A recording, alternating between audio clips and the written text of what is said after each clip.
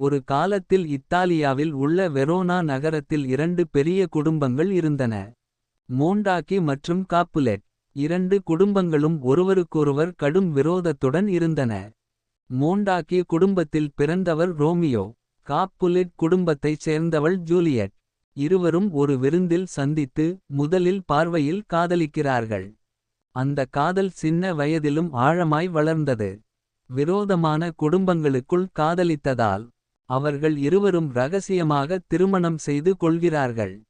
ரோமியோவின் நண்பன் மெர்குட்டியோ ஜூலியட்டின் உறவினரான டைபால்ட் என்பவரால் கொல்லப்படுகிறார். விதியை விரும்பாத ரோமியோ கோபத்தில் டைபால்ட்டை கொல்கிறார். இதனால் அவர் நகரத்திலிருந்து விரட்டப்படுகிறார். ஜூலியட்டின் குடும்பம் அவரது விருப்பமில்லாமல் வேறு ஒருவரை திருமணம் செய்ய ஆசைப்படுகிறார்கள்.